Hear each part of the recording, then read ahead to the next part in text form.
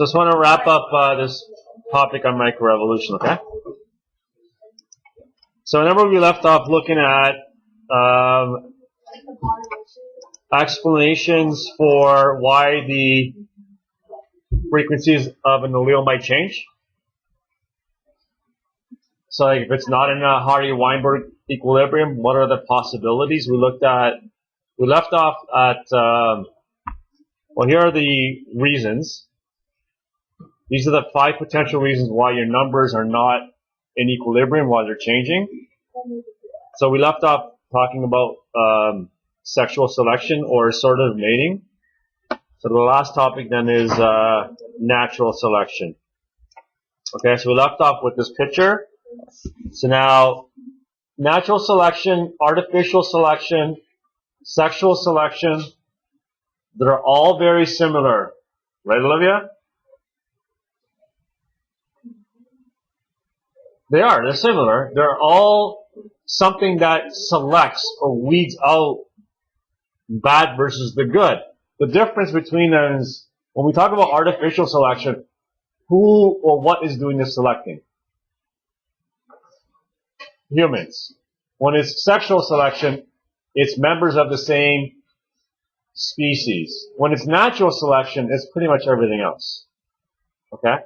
So let's talk about natural selection and how that one will affect allele frequencies.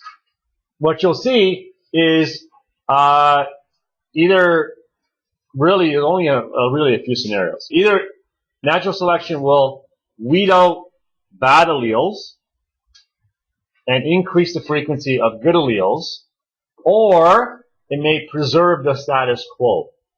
You know what that means, status quo? What does that mean? Preserve the status quo. Whatever's going on now, that's the way we want to keep it. Okay? So, lactose intolerance. How many of you here are lactose intolerant? Yeah? Want to describe some of your symptoms? Well, Cassandra knows it. I tend to release a lot of gas. Basically, like a rocket, right? Yes. Going through air. Sometimes if I'm really, I eat too much, I sleep a lot. Yeah, it's not nice, huh? Or I sleep a lot. Okay. And there are times when it's really bad, so you get bedridden because your stomach hurts so much. So it's not a good experience? No. Well, if you like ice cream, you still eat it.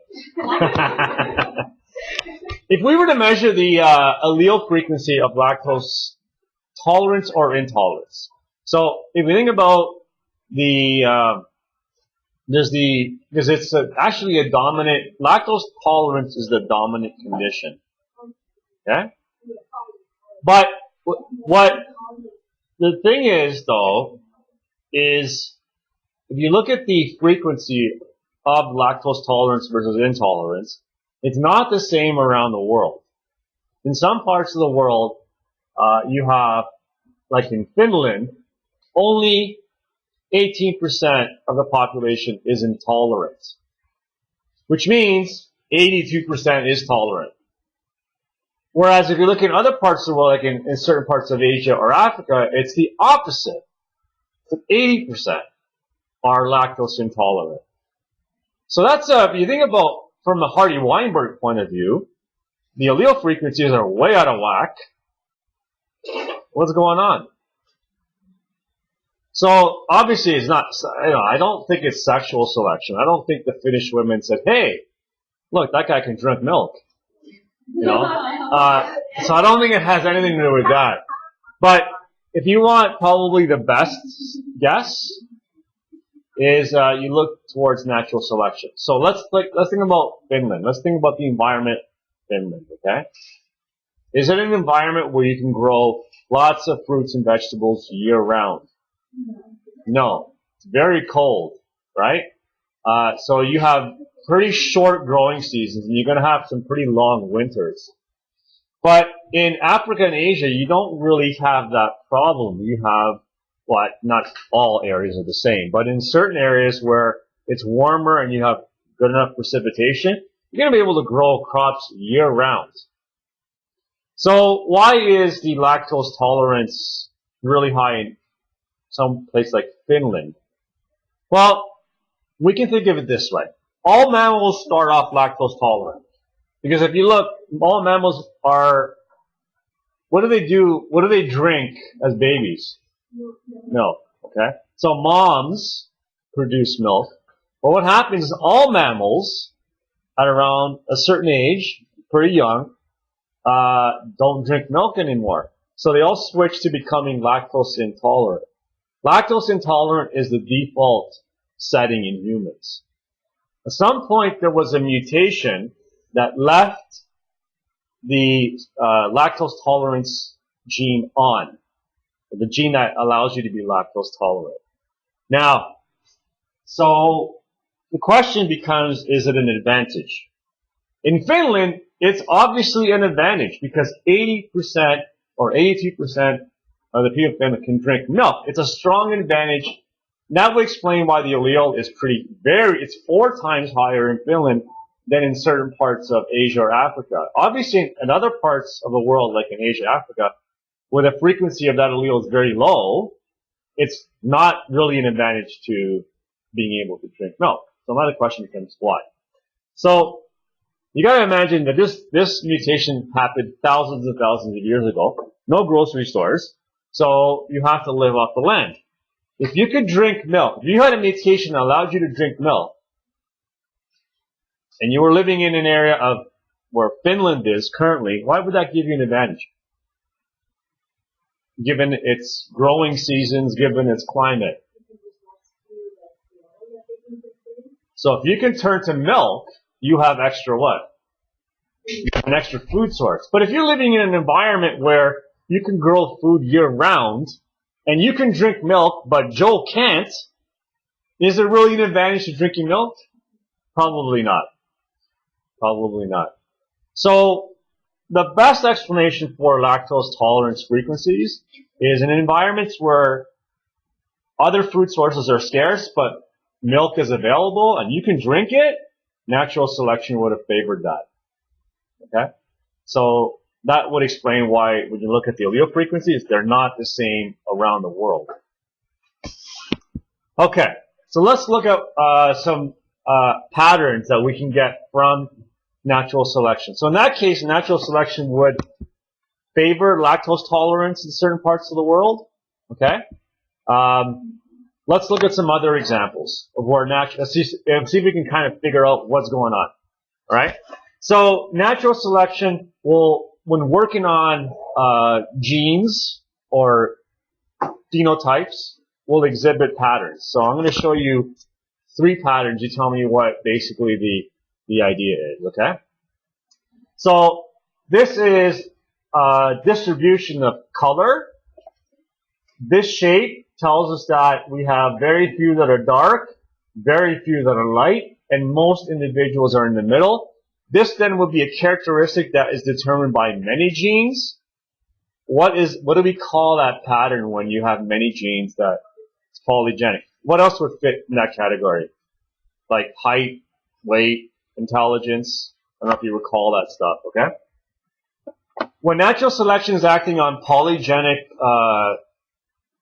characteristics that control many genes, you might see 3 patterns. One is you might notice that only the darker mice survive.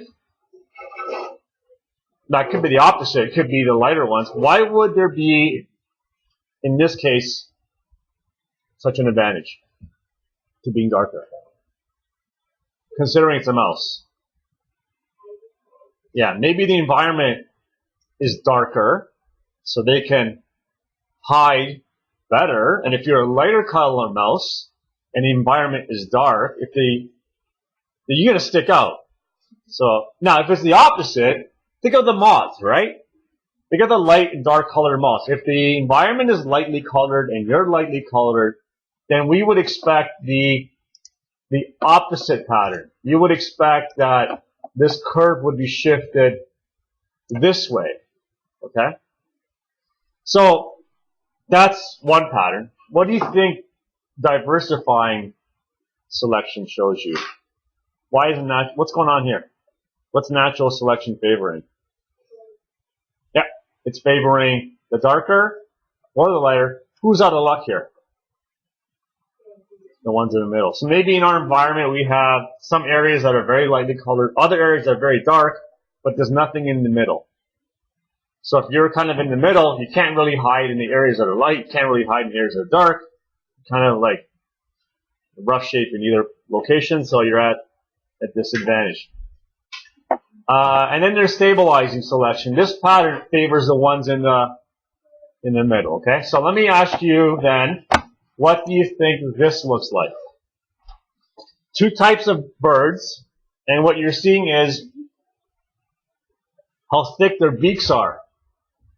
You'll notice that if you look here, you'll see individuals that have narrow beaks. So this is narrow because this is the width of the beak. And individuals that have wider beaks, but you see this gap in the middle? It's missing. Very little in the middle here. So what kind of pattern is this? Diversifying. Why? How does natural selection explain this? If you have a wider beak, maybe you have more chewing power, and you can crush bigger seeds.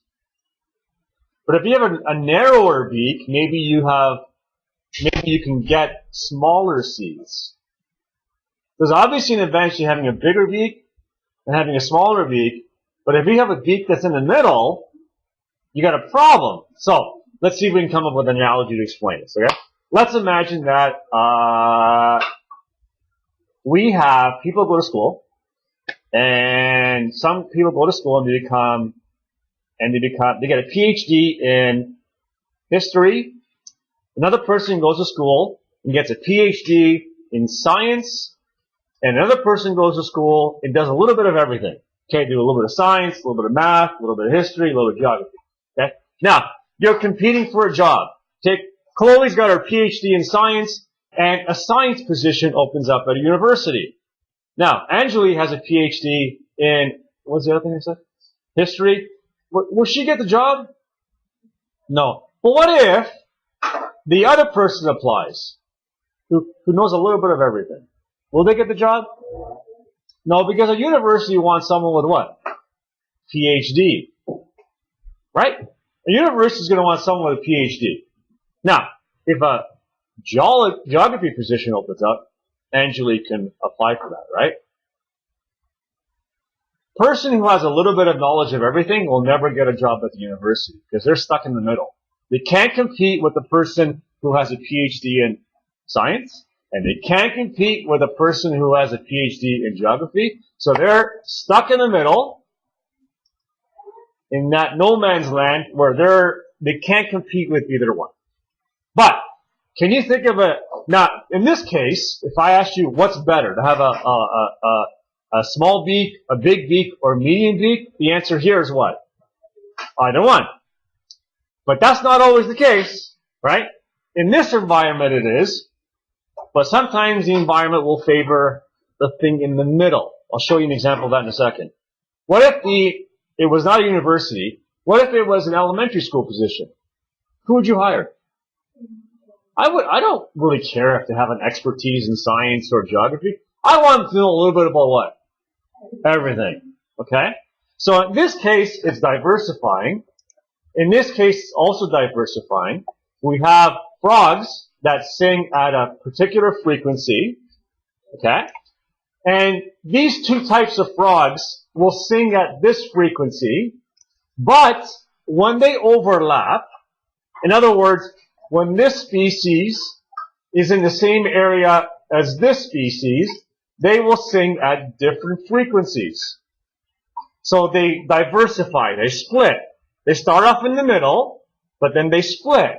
Now, how does natural selection explain this? Well, if you're a frog from this species, we'll call it MC, okay, and you're singing at a frequency of 4,000 hertz, and you're a female of the same species, you're going to be hearing songs, right? You're going to hear one song at 4,000 megahertz, hertz. You're going to hear another song at a different frequency, because the other species will be singing at this frequency.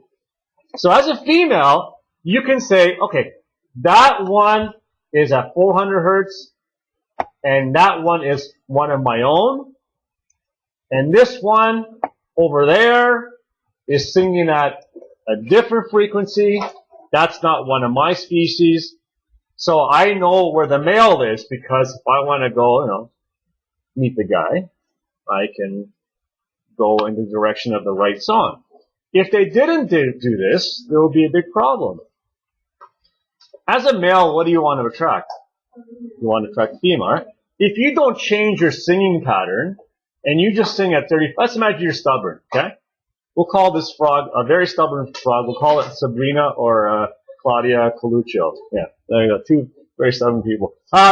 Let's say you don't do that, and you sing at 3,500 hertz. Now, you got two problems. One, you ain't going to attract anybody. But two, what's the problem when you sing? What's that? What's the problem when you sing?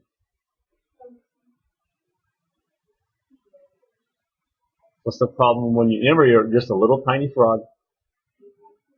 What are you attracting? Predators. Right? You're attracting predators. So when you're singing, you better be singing at the right frequency to attract a mate, because if you're not, you're going to be attracting predators. Yeah. Some species will sing. Yep.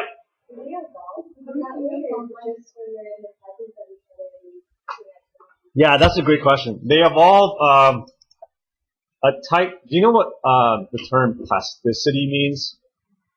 Plastic. You know plastic. You know how you can like mold plastic. You can move it around. This is a type of something called plasticity. Okay, where they have evolved the ability to change their phenotype, so they can do one thing in one environment and do something different in a different environment. Birthweight. So here, the blue curve is the chance of surviving, and the red is the chance of dying. Okay? What does natural selection favor here? What pattern do you see? Where's the lowest chance of dying? Is it on the ends or in the middle? It's in the middle. So this would be the same as this one. Stabilizing. Where you're favoring the middle. Now, why? Why does natural selection, in this case, favor medium-sized babies? As you can see, babies that are small have a higher death rate. Babies that are big have a higher death rate. Babies that are in the middle have a low death rate. Natural selection favors medium-sized babies. Because if you're too small, there might be something going wrong. There might be something wrong with the child. Okay, you don't have enough body fat, maybe. Don't have enough nutrient stores. So natural selection is not going to favor really tiny babies because they're just probably too frail, too weak, not enough fat. But why not really big babies? Well, you got to think of this. Don't think modern times. When people giving birth, don't think about hospitals, okay? You got to think about humans have been on this planet for 200,000 years. Hospitals are only a recent invention. So natural selection over hundreds of thousands of years, millions of years has favored medium-sized babies, because if the baby's too big, can't come out. Not only will the baby die, but the mother will too. So natural selection favors genes that make medium-sized babies, because they're the ones with the highest fitness. So here's the thing about natural selection. Sometimes they'll actually try to balance things out. Okay? So I showed you some examples of patterns. Here's another interesting one. This one's called balanced polymorphism, where natural selection will favor one thing, but what happens is it then flips it. So I'll give you an example. Here, this is a fish called Procedus. It's got a right jaw version and a left jaw version. This is what it preys on. It doesn't kill it. What it does is it sneaks up behind it, takes a little bite out of it. So the thing is, if you're a right-jawed version, you have to attack on the left side. Because if you attack on the other side, you got to face the fish, and then what happens is the fish will see you. So you sneak up behind the fish, and you bite it on the left side. If you're a left version, you bite it on the right side. What happens is this. If you were to measure the allele frequencies, if I start with a population that has a very high frequency of the right version, then what happens is the prey will always be attacked on the left side. And they're going to have all these nasty scars on the left side. Well, animals learn. And what happens is they compensate. So as one side becomes attacked all the time, they'll start defending that side a bit more, and then the other side becomes more vulnerable. So what happens then is if there's a lot of right version and very little left jaw versions, these guys actually have an advantage. Because when they come across a fish, most likely that fish has been traumatized on the left side, the right side will be vulnerable, so what will happen is they will have access to more food. Guess what happens over time? Their numbers go up, and their numbers go down. But guess what happens in the future? In the future, as these guys are the more popular choice, then the prey starts getting ripped apart on the right side. And then the left side becomes vulnerable. We call this balanced polymorphism, where the frequency of the allele determines its fitness. In this case, when the frequency is really high, its fitness goes down. And when the frequency is very low, its fitness goes up. Tuesday, I'll talk about the heterozygote advantage, okay? Tuesday. The end.